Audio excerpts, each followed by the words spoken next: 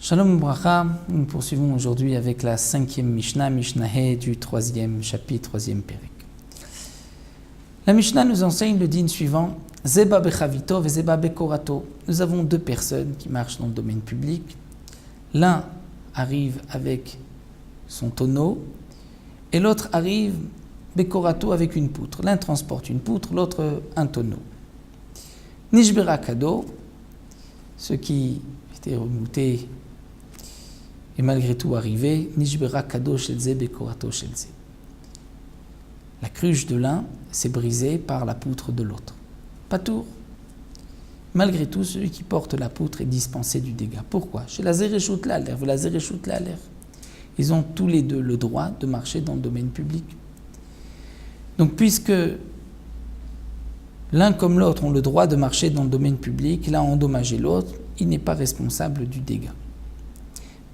Haya Baal Kora Rishon, dans le cas où l'un marchait derrière l'autre, celui qui porte la poutre marche en premier, ou Baal Chavit Acharon, celui qui porte le tonneau, la cruche est derrière. Nishbera Chavid Bakora, si le tonneau s'est brisé dans la poutre, Patour Baal Akora, celui qui porte la poutre est dispensé de paiement, puisque c'est celui qui est derrière lui qui a accéléré le pas, et c'est donc pour cela que le tonneau s'est brisé. Mais dans le cas Imamad Baal Akora, si celui qui porte la poutre s'est arrêté, Chayav, et qu'ensuite celui qui est derrière lui, qui ne l'a pas vu, a brisé son tonneau dans la poutre, eh bien le premier est Chayav, puisqu'il n'avait pas à s'arrêter brusquement. Vimamar le Baal Achavit, ici il dit à celui qui est derrière lui, celui qui porte le tonneau, il lui dit Amod, arrête-toi, je dois m'arrêter, Patour. Si celui de derrière ne s'est pas arrêté et que la cruche, le tonneau s'est brisé par la poutre, le propriétaire de la poutre est Patour. C'est simple. Aya Baal Chavit Rishon, si c'est le cas contraire, celui qui porte le tonneau marche le premier, Baal Korachon, celui qui porte la poutre est derrière lui.